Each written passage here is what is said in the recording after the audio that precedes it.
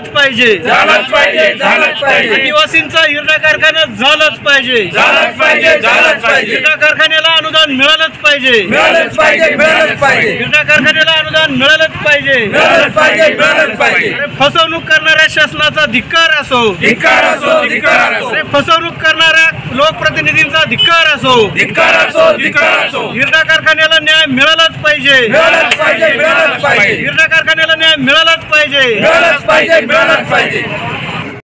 आपल्यासोबत हिरडा कारखान्याचे फॅक्टरीचे संचालक नाथा शिंगाडे या ठिकाणी आहेत, तसेच त्यांचे काही सहकारी, तसेच या ठिकाणी जे काही प्राणांकित उपोषण करतात ते हिरडा कारखान्याचे अध्यक्ष काळदास शेळकंदे आहेत.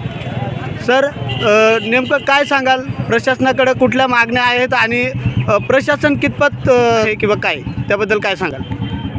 या ठिकाणी हिरडा संस्थेचे उपोषणाला बसले. वास्तविक कुठल्याही संस्थेच्या पदाधिकाऱ्यांना उपोषणाला बसण्याची वेळ येणं हे प्रशासनातील आणि राज्यकर्त्यांच्या नकर्तेपणाचं लक्षण आहे आणि प्रशासनाच्या उदासीनतेचं लक्षण आहे. हे पहिल्यांदा आपण समजून घेतलं पाहिजे. कारण कुठली संस्था ही व्यक्तीवर अवलंबून नसते, ती सामाजिक संस्था असते, तेव्हा प्रशासनाने स्वतःहून काही गोष्टी केल्या पाहिजे. या संस्थेच्या बाबतीत मी असं सांगेन की या संस्थेच्या बाबतीत ज्या समाजासाठी ही संस्था उभी आहे ते आदिवासी समाज आहे आणि ज्या समाजासाठी महाराष्ट्र शासन आणि प्रस्थापित सत्ताधारी राजकीय पक्ष की आदिवासींसाठी आम्ही स्वतंत्र बजेट देतो, स्वतंत्र आदिवासींचं विकासाचं नियोजन करतो आणि हा कारखाना गेले 20-22 वर्षापासून याच्यामध्ये जे आदिवासींचा संपूर्ण पुणे जिल्ह्यातल्या 4 तालुक्याचा ज्याच्यात फायदा होणार आहे त्या संस्थेला अनुदान दिलं जात नाही. तिच्या चेअरमनला उपोषणाला बसावं लागतं. म्हणजे जे आदिवासी खातं आहे ते वेगळं करून त्याच्यातून काही आदिवासींचा विकास झाला का तर शून्य. जर सार्वजनिक संस्थेला जर अनुदान दिलं जात नसेल तर यासारखं दुर्दैव दुसरं असू शकत नाही. ही संस्था 1997 साली तिच्यामध्ये आंदोलन झालं, शेतकऱ्यांच्या हिरड्याला होते. या संस्थेला अट अशी टाकली का 20% तुमचं भांडवल गोळा करा तरच तुम्हाला रजिस्ट्रेशन मिळेल, तरच तुम्हाला मान्यता मिळेल. म्हणजे इथपासून याच्यामध्ये राजकारण केलं गेलं. हे सगळं हाणून पाडलं. त्याच्यासाठी संभाजीराव काकड्यांसारखी माणसं, किशनराव सारखी माणसं किंवा त्यावेळेला प्रशासनात असणारे चांगले अधिकारी, उदाहरण द्यायचं झालं तर कोकरे साहेबांचं देईल. ज्या वेळेला प्रस्ताव आम्ही दिला त्यावेळेला त्यांनी सांगितलं की मी प्रशासनात लागल्यापासून हा कारखाना होणार असं ऐकत होतो, तुम्हीच लोक पहिल्यांदा फाईल घेऊन आलात. अप टू डेट फाईल आहे. 11th आवरला त्यांनी शिफारस केली आणि रजिस्ट्रेशनला, कारण 25 लाखाच्या पुढचं जर असेल तर त्याचं रजिस्ट्रेशनचे अधिकार पणन संचालक सहकार आणि पणन त्यांच्याकडे होते. तिकडे प्रस्ताव पाठवला, त्यांनी पण छाननी केली आणि पूर्ण संस्थेच्या बाजूने त्यांनी रजिस्ट्रेशन या अटी आणि शर्तीवर द्यावं अशा पद्धतीची सूचना केली. परंतु त्याच्यात एक अट टाकली. ती अट अशी होती की 60 लाख रुपये तुम्ही जमवा तरच रजिस्ट्रेशन मिळेल. आणि त्याच्यामध्ये आम्ही नंतर संभाजीरावांना भेटलो, त्यांनी सांगितलं मी 60 लाख रुपये देतो, मला कारखाना पाहिजे का, अरे गोरगरिबांना पाहिजे, आदिवासींना पाहिजे, ती अट रद्द करा. आणि भागवतराव पवारांनी ती अट रद्द करून आम्हाला 30 लाखात रजिस्ट्रेशन करून देण्याचं मान्य केलं. त्यावेळेला संस्थेच्या खात्यामध्ये 32 लाखापेक्षा जास्त रक्कम शिल्लक होती आणि ते रजिस्ट्रेशन झालं. त्याच्यानंतर पहिल्याच याच्यामध्ये एक आदिवासींमधला पहिला IAS, पहिला डॉक्टर झालेला सामाजिक हे ते रिटायर झालेले होते. त्यांना लालाने विनंती केली की तुम्ही याच्यात या. ते आले. त्यांच्यामुळं जे काही पूर्तता होती, कागदपत्रे अपूर्ण होतं, ते सगळं गारे साहेबांनी निस्ताळलं आणि प्रस्ताव अप टू डेट संस्था अद्ययावत केली. त्याच्यामध्ये बारामतीमध्ये गायकवाड नावाचे एक ग्रस्त होते, आवर्जून उल्लेख केला पाहिजे. सहकारातला किडा म्हटला तरी चालेल, इतकं नॉलेज असणारा आजपर्यंत मी क्लास 1 ऑफिसर पाहिले, पण त्यांचा एवढा विद्वान माणूस सहकारातला मी पाहिला नाही. त्यांनी दोघांनी बसून ही सगळी कागदपत्रे पूर्तता केली. पैसे कोणाकडे नव्हते. प्रायमरी खर्च या तालुक्यातले आपले मनोहर डोंगरे नावाचे ग्रस्त होते, त्यांनी त्यावेळेला केला. परत त्यांना ते पैसे दिले, ते काय त्यांच्यावर उपकार नाही, पण पडत्या काळात ते मदतीला धावून आले. त्याच्यानंतर हे सगळं झालं. जे बरोबर होते ते कोणी काम केलं नाही, राजकारण्याने हस्तक्षेप केला आणि पुन्हा त्याच्यात आडकाठी येऊन इतका हस्तक्षेप केला का त्यावेळेच्या सत्ताधाऱ्यांनी मेळावे घेऊन यांच्या कोणीतरी लुंगे चुंगे येतील 2000 मागतील यांच्यापासून सावध राहा. समाजाने त्यांचं ऐकलं नाही, सुशिक्षित माणसाने ऐकलं नाही आणि त्यावेळेला लोकांनी स्वतःहून भरपूर मदत केली आणि जवळजवळ 56 लाखापेक्षा जास्त रक्कम त्यावेळेला लोकवर्गणीतून उभी राहिली आणि ह्या कारखान्यात कार्यान्वित व्हायला सुरुवात झाली. पहिला प्रस्ताव जो दिला 1/9 तर त्यावेळेला त्यांनी हे धोरणच आमच्याकडे नाही अशी भूमिका घेतली. 1/3 आहे, 1/3 खाली आम्हाला द्या, तरी ते पण देता येत नाही अशी भूमिका आदिवासी समाजातला ज्या समाजाचं काय मिळतं यायचे त्या मंत्री महोदयांनी घेतली. 1 रुपया दिला नाही. शेवटी आम्ही शेअर सर्टिफिकेट त्यांच्या हस्ते वाटप केलं. 5 लाख रुपये जमिनीच्या डेव्हलपमेंटसाठी आणि याच्यासाठी मागितलं. 5 काय मागता 15 लाख दिले. 10 वर्ष सत्ता उपभोगली, 15 पैसेही दिले नाही. मी ॲलिगेशन हे घडलेलं आहे, माझ्याकडे त्याचं संपूर्ण रेकॉर्ड आहे. आणि गारे साहेबांसारखा IAS ऑफिसर असताना यांनी अनुदान दिलं नाही. आणि मग पुढं 275 एक खालचे प्रस्ताव पाठवले, त्याच्यामध्ये शिफारशी केल्या. त्या शिफारशी केल्या पण त्याची अंमलबजावणी आदिवासी विभागाने त्याच्यात 1 रुपया दिला नाही. शेवटी या राज्याचे जे नवीन मुख्यमंत्री झाले त्यांच्याकडे हा प्रस्ताव गेला. त्यांनी सांगितलं हा खऱ्या अर्थाने गरीब आदिवासींचा प्रकल्प आहे, यांना सगळे सेक्रेटरी बोलून त्यांनी मिटिंग घेतली आणि कोणत्याही परिस्थितीत यांना मान्यता द्या. त्याप्रमाणे 1,21,09,000 रुपये त्यांनी 1/3 याप्रमाणे आदिवासींना ओपन हेडमधून शेअर दिले. पण आदिवासी विभागाने एकही शेअर आदिवासी मंत्री असताना, जातीतला मंत्री असताना त्यांनी दिले नाही. आणि मग त्या मुख्यमंत्र्यांच्यामुळं हा प्रकल्प 1,21,09,000 त्याच्यात बँकेने आत टाकली होती. तुमचं भाग भांडवल 80 लाख पाहिजे, संस्थेने तेही उभं केलं आणि मग बँकेने 2,24,00,000 हे भाग भांडवल आणि खेळतं भाग भांडवल 53 लाख असा प्रस्ताव मंजूर केला. त्याप्रमाणे काम सुरू झालं. परंतु रक्कम कमी पडेल म्हणून त्याच्यानंतर जे बदलून सरकार आलं त्या सरकारकडे आम्ही गेलो. त्या सरकारने आम्ही सांगितलं 80 लाख रुपये आम्हाला कमी पडतात. त्याने सांगितलं बीज भांडवलापोटी द्या. त्यांचे प्रवक्ते जे होते ते त्या मिटिंगला होते. आदिवासी विकास मंत्र्यांनी निर्णय घेतला. पण 80 लाख देण्याऐवजी निदान 26-60 आम्हाला जे कमी पडतायत शेअर भाग भांडवल ते देण्याचं त्यांनी मान्य केलं. परंतु कलेक्टरने ऑर्डर केली, राज्य सरकारने सुद्धा त्याच्यामध्ये प्रस्ताव पाठवला. परंतु आदिवासी खात्यामध्ये जे प्रकल्प कार्यालय त्यांनी 26,60,000 रुपये देण्याचं शेवटपर्यंत कलेक्टरने दिल्यानंतर ऑर्डर दिल्यानंतर आजपर्यंत दिले नाही. ते जर दिले असते तर नाबार्ड बँकेने 2,24,00,000 रुपये हे 100% वर्ग केले असते आणि प्रकल्प कार्यान्वित झाला असता तर 26 लाख रुपये 50 लाख रुपये 100% सबसिडी केंद्राची वनौषधीची होती. त्यांची 25 लाख रुपये आम्हाला मिळाले, उरलेले पैसे मिळाले नाही. ती जर यांनी जर 26,60,000 दिले असते तर 85 लाखाचं भांडवल झालं असतं. बँकेने उर्वरित खेळतं भांडवल दिलं असतं आणि 1 वर्षापूर्वी हा पूर्ण कारखाना कार्यान्वित झाला असता. तो झाला नाही आणि त्याच्यानंतर पुन्हा आम्ही प्रस्ताव आमच्याकडे मागितला. त्याचा प्रस्ताव दिला. त्याची पहिली बैठक मंत्रालयात झाली. दुसरी म्हणजे त्याच्यावरती पाटील नावाचे केंद्राचे अधिकारी आले IAS ऑफिसर. त्यांनी महाराष्ट्रातल्या सगळ्या आदिवासी बेल्ट फिरले. 15 संस्था अशा होत्या की त्यांचे प्रस्ताव रखडलेले होते. त्या सगळ्याचा अभ्यास केला आणि त्याच्यावर स्वतंत्र सेक्रेटरीच्या आदेशाप्रमाणे, राज्य सचिवाच्या आदेशाप्रमाणे आदिवासी विकास विभागाच्या स्वतंत्र एक प्रोव्हिजन राबवण्यात आली आणि ठरलेल्या सगळ्या संस्थांच्या KRला म्हणजे आदिवासी संशोधन आणि प्रशिक्षण संस्थेत प्रस्ताव सगळ्यांना प्रेझेंटेशन घेतलं. त्याच्यामध्ये 15 संस्थांनी प्रेझेंटेशन केलं. 1 नंबरला कुकडेश्वर महाराष्ट्रात एकमेव अशी संस्था होती की त्या संस्थेने 80-90% काम पूर्ण केलेले, सरकारचा पैसे न घेता, आदिवासी विभागाने 1 रुपया न देता लोकवर्गणीतून आणि लोकांकडनं आणि बँकेकडनं, म्हणून या संस्थेला प्राधान्य द्यावं अशाचा निर्णय त्या ठिकाणी झाला. जे अधिकारी नेमले, ती कमिटी जी नेमली त्याच्यात सारंगी नावाचे आयुक्त होते, पूर्वी जिल्हाधिकारी होते, दांगट नावाचे जिल्हाधिकारी होते, त्याच्यानंतर लोहिया नावाचे साहेब होते. या 3 IAS ऑफिसरांची राज्य सरकारच्या आदेशाप्रमाणे, सेक्रेटरीच्या आदेशाप्रमाणे आणि शबरी विकास महामंडळाच्या आयुक्ताच्या आदेशाप्रमाणे नेमली. त्यांनी 12 प्रेझेंटेशनमध्ये आम्ही 12,10,00,000चा प्रस्ताव दिलेला होता. संपूर्ण प्रस्तावाची छाननी केली. त्याच्यामध्ये त्यांनी जे काही बँकेचं लोन फेडायला आम्ही कर्ज देणार नाही, पगारासाठी देणार नाही, परंतु बाकीच्या ज्या डेव्हलपमेंटसाठी आहे 7,96,40,00,000 रुपये देण्याचं त्यांनी शिफारस केली आणि राज्य सरकारला कळवलं. त्याच्यानंतर त्या शिफारशीनंतर मंत्रालयात बैठक झाली. त्याच्यानंतर 22 जानेवारी 2020ला पुन्हा एक बैठक झाली. त्या 22 जानेवारी ती बैठक जी झाली त्या बैठकीमध्ये असा निर्णय घेण्यात आला की जे काही तज्ज्ञ समितीने केलेली शिफारस ही फक्त विशिष्ट कामासाठी आणि विशिष्ट हेडखाली रक्कम मंजूर केलेली, नाबार्डचे पैसे देता येत नाही म्हणून आम्हाला ॲडिशनल काहीतरी ग्रांट पाहिजे.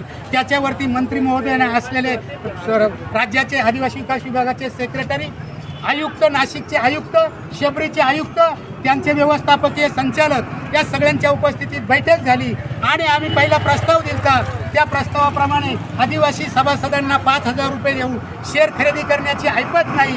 सरकारने जसं साखर कारखान्यांना, जसं तुम्ही बाकीच्या कारखान्यांना शेअर घेण्यासाठी 275 एक खाली ग्रँट देता, 30 ग्रँट यांना द्यावा त्याच्या खाली निर्णय घेतला आणि पहिल्या टप्प्यात 10,000पैकी 4,000 सभासदांचं प्रत्येकी 5,000 2 कोटी रुपये शेअर रुपाने या संस्थेला दिले जातील आणि त्याच्यातून हे थकीत जे कर्ज असेल ते दिलं जाईल आणि एकूण 9,96,40,00,000 रुपये या संस्थेला दिले जातील, म्हणजे 10 कोटी असं मंत्री महोदयांच्या उपस्थितीत झालेल्या बैठकीत निर्णय झाला. त्याच्यानंतर 16/2/2019ला किंवा 20ला असेल त्या तारखेला मंत्री महोदयांच्या स्वतंत्र आदिवासी विभागाने मीटिंग घेतली आणि महाराष्ट्रातले सगळे प्रस्ताव जे आहेत त्याच्यामध्ये छाननी केली. त्याच्यामध्ये कुकडेश्वर आदिवासी हिरा औद्योगिक 10 नंबरचा विषय आहे, त्याच्यामध्ये यांना संपूर्ण रक्कम देण्याचं, कुठल्या हेड खाली द्यायचं ते मान्य केलं. परंतु 1920 पासून आजपर्यंत ती रक्कम दिलेली नाही. त्याच्यानंतर पुन्हा एक बैठक झाली गृहमंत्री वळसे पाटील यांच्या अध्यक्षतेखाली आदिवासी विकास मंत्री यांच्या उपस्थितीत, तिच्यामध्ये पण यांनी पैसे देण्याचं मान्य केलं आणि त्याप्रमाणे ज्या शिफारशी केल्या तज्ज्ञ समितीने केलेल्या शिफारसी, नाशिकच्या ऑफिसमध्ये झालेल्या बैठक, त्या या सगळ्याचा विचार करून 9,96,40,00,000 रुपये या संस्थेला अनुदान आणि खेळतं भागभांडवल कर्ज रूपाने यासाठी देण्याचं मान्य केलं. परंतु त्यावेळेला संस्था, कारण हा जो प्रस्ताव 26,60,000चा हा 17मध्ये होता, संस्था लिक्विडमध्ये नव्हती. प्रशासनाची उदासीनता आणि राज्यकर्त्यांचा न करतेपणा आणि स्थानिक आमचे राजकीय पुढारी आणि स्थानिक जिल्ह्यातले पुढारी यांच्या उदासीनतेमुळं स्वतंत्र आदिवासींचं अस्तित्व तयार होऊ नये, स्वतःच्या पायावरती सार्वजनिक संस्था उभ्या राहू नये, यांनी आमच्या ताट्याखालचंच मांजर म्हणून जगावं आणि म्हणून काही राज्यकर्त्यांच्या, काही समाजातल्या पुढाऱ्यांच्या चुका आणि राज्यकर्त्यांना स्वतःच्या ताट्याखालचं मांजर म्हणून जगवायला लावलेली ही पद्धती, याच्यामुळं या संस्थेला अनुदान मिळालं नाही. महाराष्ट्रात एकमेव नाही, देशातली एकमेव संस्था आहे का ती विविध योजनाखाली, त्याच्या आधी ज्या वेळेला 21/11/2017ला जी बैठक झाली त्यावेळेला एक असा मुद्दा आलेला होता की केंद्र सरकारने की स्वतंत्र 275 खाली स्वतंत्र केंद्राने एक प्रस्ताव मागवला होता आणि 100% 25 कोटी जरी लागले तरी केंद्र देणार होतं. राज्य सरकारला शिफारस करायला आम्ही विनंती केली. त्यावेळेला भंडारी नावाचे एक प्रवक्ते होते, त्यांनी पण सांगितलं की हा नाविन्यपूर्ण प्रस्ताव आहे, हा पाठवा, हा एकमेव या राज्याला दिशा देईल. परंतु राज्य सरकारने तो पाठवला नाही. त्याच्यात फक्त 2660 ते 2660 जरी दिले असते तरी आज हा प्रोजेक्ट त्यावेळेला 27 आणि 19 पर्यंत जोपर्यंत तोट्यात आली नव्हती तोपर्यंत तरी ही संस्था उभी राहिली असती. परंतु प्रशासनातला न करतेपणा, राज्यकर्त्यांची उदासीनता आणि फोडा आणि झोडा ही नीती वापरून पूर्ण मनापासून खऱ्या अर्थाने गोरगरिबांना न्याय देण्याचं, कारण जर हा प्रोजेक्ट झाला असता तर मी आत्ता छातीत रेकॉर्ड घेऊन आलो आहे, नुसतं चूर्ण केलं असतं तर 450 रुपयाने हिरड्याचा चूर्ण आयुर्वेदामध्ये वापरला जातो, त्याची पावडर बनवली असती तर 250-300 रुपयाने त्याची पावडर जाते. आणि जर तुम्ही हा एवढा नाविन्यपूर्ण काय हिरड्यापासून garlic acid, tannin acid, ellagic acid की ज्याच्यापासून कॅन्सरवर सुद्धा उपचार होऊ शकतो आणि त्याची 750 रुपयाच्या पुढंच किलोला रेट आहे. हे वास्तव असताना, हा सगळा वेगळा प्रकार असताना, फक्त याच्यातून जर हा समाज सुशिक्षित जर पुढं आला यांना मजुरीवर जाता येणार नाही. म्हणून स्वतःच्या राजकारणासाठी आणि या संपूर्ण या चारही तालुक्यातल्या आदिवासींवर पर्पजली अन्याय केला असं मी म्हणेल. याचं उदाहरण देईल की ज्या वेळेला बाळासाहेब भारद्यांनी पहिली शेअरची आम्ही बैठक घेतली त्यावेळेला बाळासाहेब भारद्यांनी सांगितलं होतं का मी माझ्याकडनं 2 रुपयाचं यांनी नारळ आणला, 4 आण्याच्या अगरबत्त्या आणल्या आणि 2 रुपयाचा गुलाल बुक्का आणून उद्घाटन माझ्या हस्ते केलं तर मी सभापती असताना तो झाला नाही. तसं तुम्ही करू नका. आणि म्हणून या संचालक मंडळाने याच्यात गारे साहेबापासून लालांपर्यंत पूर्ण जीवाचं रान असते. दोघे हयात नाही, दुसरे 2-3 संचालक मेले, परंतु उद्घाटन केलं. 100% बिल्डिंग उभी राहिली, 80-90% फॅक्टरी म्हणजे मशिनरी बसवली, परंतु उद्घाटन केलं नाही. ज्या दिवशी कार्यान्वित होईल त्याच दिवशी, कारण बाळासाहेब भारद्यांना आम्ही शब्द देतो, पण त्याच पक्षाचे त्याच विचाराचे आणि त्यांचं नाव आणि त्या विचाराचं नाव घेऊन जगणाऱ्या या राज्यकर्त्यांनी आजपर्यंत होऊ दिला नाही. आणि म्हणून 20 वर्षांनी का होईना 10 वर्षांनी या आमच्या चेअरमनला उपोषणाला बसायला राज्यकर्त्यांच्या उदासीनतेमुळं आणि स्थानिक जे आदिवासींमधले पुढारी आहे त्यांच्या माकड उड्यांमुळं खरे असतं सगळा समाज एकत्र राहिला असता, इकडून तिकडे उड्या मारल्या नसत्या तर बाप दाखवणं ते श्राद्ध घाल हे केलं नाही तर तुमची तळी उचलतो अशी राजकीय भूमिका जर घेतली असती तर हा कारखाना या पुढे उभा राहिला. आणि म्हणून याच्यात चुका जरूर आहे, परंतु हा सार्वजनिक प्रोजेक्ट आहे. आज आम्ही तिथं असू, उद्या दुसरे येतील, सार्वजनिक आहे. त्याच्यात अनेक प्रश्न उपस्थित केले, सगळे सांगितलं तर फार अडचणीचं होईल, कारण ते सगळं काय झालं कसं झालं. मी तुम्हाला एवढंच सांगेल का जो आपला अकोल्यातला जो कारखाना आहे त्याला 1,56,00,000 रुपये शेअर भाग भांडवला देऊ शकतं. जेव्हा हा कारखाना अस्तित्वात नव्हता आणि या कारखान्याला 20 वर्ष मागणी करून ते 1 रुपयासुद्धा शेअर भाग भांडवलासाठी किंवा उभारणीसाठी देऊ शकत नाही. ही आदिवासींची शोकांतिका आहे. आणि मी तर आव्हान करीन की हा जर प्रोजेक्ट जर आदिवासी विभागाने जर याच्यामध्ये नकार दिला तर ही आदिवासीची खाती आहे ती बंद केली पाहिजे. कारण या हरामखोरांनी संपूर्ण पैसा जो आहे तो 80% पैसा या अधिकाऱ्यांच्या पगारावरती खर्च होतो. आदिवासींच्या विकासावरती 20% सुद्धा पैसा खर्च होत नाही. हे या समाजाचं दुर्दैव आहे. आणि म्हणून या प्रोजेक्टला सरकारने कुठलंही राजकारण कुठल्या पक्षाचं मतभेद न ठेवता सर्व 3 पक्षाचं सरकार आहे आणि सगळ्यांनी एकत्र येऊन सगळ्या पक्षांनी या प्रोजेक्टला हा आदिवासींच्या अस्मितेचा प्रश्न आहे. आणि म्हणून या प्रश्नाला तन मन धनाने प्रशासनाने आणि राज्यकर्त्यांनी याच्यात लक्ष घालून हा प्रश्न मार्गी लावावं असं मी आव्हान करतो. एक संचालक म्हणून, एका संघटनेचा अध्यक्ष म्हणून, एका राजकीय पक्षाचा कार्यकर्ता म्हणून. अन्यथा हा प्रश्न जर या राज्यकर्त्यांनी आदिवासी भागातली 168 गावात एकही पक्षाला आम्ही फिरू देणार नाही हे मी तुम्हाला जाहीर आव्हान करतो. आणि याच्यात स्वतः शासनाने लक्ष घालावं, राज्यकर्त्यांनी. मी निश्चितच काही आमदारांनी खासदारांनी अनेकांनी आम्हाला मदत केले, त्यांना मी धन्यवाद देतो. परंतु हात पुढं करायचा आणि परत मागं वळू नाही. जोपर्यंत पदरात पडत नाही तोपर्यंत तुम्ही खांद्याला खांदा लावून हातात हात घेऊन आमच्याबरोबर राहिलं पाहिजे, या कारखान्याबरोबर राहिलं पाहिजे आणि हा प्रोजेक्ट उभा केला पाहिजे. हा काळू शकंदेचा प्रोजेक्ट नाही, हा नाता शिंगाड्याचा प्रोजेक्ट नाही, हा आदिवासींच्या अस्मितेचा प्रश्न आहे. महाराष्ट्राच्या इतिहासात एकाही संस्थेने 67,92,000 रुपये उभे केलेले विघ्नहरला जाऊन विचारा. एवढे शेअर भाग भांडवल गोळा केले का जेवढे म्हणून कारखाने त्या सगळ्यांना विचारा. म्हणून माझी विनंती आहे शासनाने याच्यात लक्ष घालावं, ताबडतोबीने हा प्रश्न मार्गी लागावं. कागदोपत्री घोडे नाचू. जर 2020ला झालेला निर्णय 22 आला तरी तुम्ही 22 मार्च 2-2 वर्ष निर्णय घ्यायला राज्य सरकार जर दुर्लक्ष करत असती तर संस्था लिक्विडमध्ये NPA नाही जाणार तर त्या काय हवेतून उभ्या राहतील का. आणि म्हणून जो कोणी अधिकारी आला असेल त्यांनी वस्तुस्थिती समजून घ्यावी आणि या संस्थेला मदत करावी असं मी आव्हान करतो. आणि या ठिकाणी थांबतो. चेअरमन जे उपोषणाला बसलेले आहेत आमच्या सगळ्यांचा पाठिंबा त्यांना आहे. आणि जे पुढारी इथे येऊन पाठिंबा देतील ते केवळ भावनिक पाठिंबा आम्हाला नको, तर तन मन धनाने याच्यामध्ये सगळ्यांनी याशी एकी झाली पाहिजे की हाक मारली तर रस्त्यावर आली पाहिजे. या पद्धतीनं झालं पाहिजे. गावात कुठल्याही पुढाऱ्याला कुठल्याही राजकीय पक्षाला जोपर्यंत हा मार्गी लागत नाही गावात आम्ही येऊ देणार नाही अशी भूमिका आपल्याला घ्यावी लागेल. आणि ती घेण्याची वेळ आलेली आहे.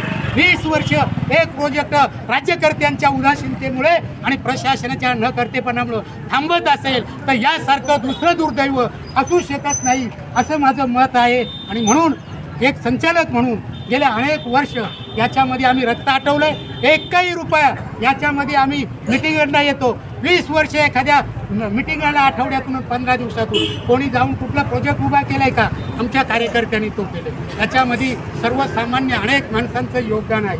ज्यांनी ठेवी ठेवल्या त्यांचे आम्ही देऊ शकलो नाही. अनेक लालनसारखे असतील किंवा इतर संशोधक असतील, ते आजही इथं हयात काही नाही. किसनराव सारखा हयात नाही, परंतु फोन केला तर स्वतःची गाडी घेऊन यांच्याकडे पैसे नाही म्हणून मंत्रालयात येणारी माणसं आज आमच्यात नाही. याच्यामुळं अनेकांनी हुतात्मा पत्करलेला आहे. त्या सगळ्यांना मी मनापासून धन्यवाद देतो. आणि कोणी असं समजू नये की आपल्या हातात सत्ता आहे, माझ्या हातात प्रशासन आहे म्हणून जर प्रशासनाने केलं तर तुमची ऑफिसं बंद करायला वेळ लागणार नाही. महाराष्ट्रातले 15 प्रोजेक्ट आहे, 15 प्रोजेक्टातले महाराष्ट्रातले जर आदिवासी खवळले तर तुम्हाला त्या खुर्चीवर बसू देणार नाही. याचं भान ठेवा. आणि हे सगळे प्रोजेक्ट मार्गी कसे लागतील. आणि सांगायला अभिमान आहे की हा प्रोजेक्ट 15 मध्ये 1 नंबरला त्या कमिटीने शिफारस केली.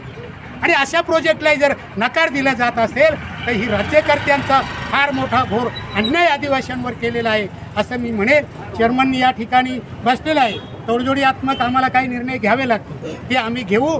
परंतु मी तुम्हा तरुणांना आणि इथं उपस्थितांना की हा प्रोजेक्ट हा आमच्या वैयक्तिक कोणाच्या याच्यासाठी नाही, त्याच्यामध्ये अनेक आदिवासींच्या पुनर्प्रक्रियेमुळं त्याला भाव मिळणार आहे. 1000 आदिवासींना रोजगार मिळणार आहे. या डोक्यात ठेवा. फॅक्टरी तर 34 आदिवासींना रोजगार डायरेक्ट मिळणार आहे. त्यांचे प्रश्न होते, ते प्रश्नाचे इतके अप टू डेट प्रश्न दिल्यानंतरही त्यांनी विरोधात, कारण ज्याला कळत नाही अशा लोकांकडे पाठवायचं की ज्याला त्याची अक्कलच नाही त्यांच्याकडे ते प्रश्न भरून द्यायला पाठवायचे. आणि मग त्यांना काही कळत नसेल त्यांनी त्याच्यात, आणि म्हणून जे काही केले त्याच्यामध्ये तज्ज्ञ माणसं नेमा.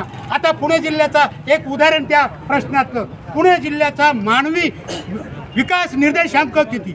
अरे पुणे जिल्हा कुठं, आदिवासी बेल्ट कुठं? आज महाराष्ट्रात 2-2.5 हजार कुपोषित आहेत, त्याच्यातली 1,500 आदिवासी भागातली. याची यांना लाज वाटत नाही. आणि पुणे जिल्ह्याच्या विकास निर्देशकाप्रमाणे मार्क येणार नाही. म्हणून ह्या ज्या चुकीचे प्रश्न, चुकीची धोरणं आणि त्याच्यातून आदिवासीकडे केलेलं दुर्लक्ष ते खपून घेतलं जाणार नाही एवढं यांनी लक्षात ठेवावं. आणि चेअरमनच्या उपोषणाला त्याला हे जे काही आता इथं कार्यकर्ते आलेले हे पाठिंबा द्यायला आम्ही त्यांचं स्वागत करतो. आणि त्यांना मनापासून एक संचालक म्हणून आणि चेअरमन सेक्रेटरी इथं आहेत आमचे वाजे साहेब खेड तालुक्यातले. जर शासनाने वेळीच याची दखल घेतली नाही तर जे आता पाठिंबा द्यायला आलेत ते प्रत्येक तालुक्यामध्ये आंदोलनं करतील. आणि जे काही निष्पन्न होईल त्याच्यातून जे काही घडेल त्याला प्रशासन, आदिवासी विकास विभाग आणि राज्यकर्ते जबाबदार असतील याची त्यांनी नोंद घ्यावी असं माझी त्यांना विनंती आहे. आणि एक हा सार्वजनिक प्रोजेक्ट, गोरगरिबांचा प्रोजेक्ट, जसं मागच्या मुख्यमंत्र्यांनी ओपन हेडमधून 1,21,00,000 दिले तसं आदिवासी विभागातून यांना कसे 9-10 कोटी मिळतील याचं लक्ष घालून या तालुक्यातील, या जिल्ह्यातील मंत्री महोदयांनी लक्ष घालून हा प्रोजेक्ट मार्गी लावावं. या तालुक्याच्या आमदारांनी लक्ष पूर्वी दिलेलेच आहे, त्यांच्यामुळं 2 बैठका झालेल्या आहेत. त्याने अधिक लक्ष घालून हा प्रोजेक्ट मार्गी लावा असे मी त्यांना आव्हान करतो. आणि प्रशासनाने याच्याकडं कुठली तरी नको ती कारणं काढून तुमच्या उदासीनतेमुळं NPAमध्ये आलेले आहेत, ती कारणं काढून केलं तर तुमच्या ऑफिसला सुद्धा नाशिकला येऊन घेरावं घालावं लागेल याची त्यांनी नोंद घ्यावी असं आव्हान करतो. आणि तुम्ही पाठिंबा दिल्याबद्दल या ठिकाणी किसान सभेचे सर्व कार्यकर्ते या ठिकाणी आले, डेमोक्रेटिक युथ फेडरेशनचे आलेले आहेत, आदिवासी राष्ट्रीय आदिवासी अधिकार मंचचे कार्यकर्ते या ठिकाणी आलेले आहेत, त्याच्यानंतर आदिवासी विकास परिषदेचे जे कार्यकर्ते आलेले आहेत त्या सर्वांचं या संस्थेच्या वतीनं की संस्थेच्या संचालक मंडळाला जरी चेअरमन बसले असले तर संचालकांवरती विश्वास असल्यामुळं ते इथं पाठिंबा द्यायला आलं. त्या सगळ्यांना आम्ही मनापासून धन्यवाद देतो. आणि असंच सहकार्य, असाच पाठिंबा इथून पुढं जे काही ठरेल त्याच्यामध्ये तुम्ही कदाचित आम्ही कमी पडलो, हा तुमचा प्रोजेक्ट आहे असं समजून तुम्ही या प्रशासनाला धडा शिकवा असं मी तुम्हाला आव्हान करतो. आणि पुन्हा एकदा तुम्ही सर्वजण आलात, आम्हाला पाठिंबा दिला त्याबद्दल तुम्हाला धन्यवाद देतो. प्रशासनाने बाकीच्या चुका न काढता तण मन धनाने याच्यात लक्ष घालून लवकरात लवकर मार्गी लावावं असं आव्हान करतो. आणि या ठिकाणी नवीन आणि ताज्या घडामोडींसाठी महाराष्ट्र जनभूमी न्यूजला सबस्क्राईब करा. त्याचबरोबर बेल आयकॉनवर क्लिक करा आणि मिळवा आमच्या बातम्यांचे नोटिफिकेशन्स.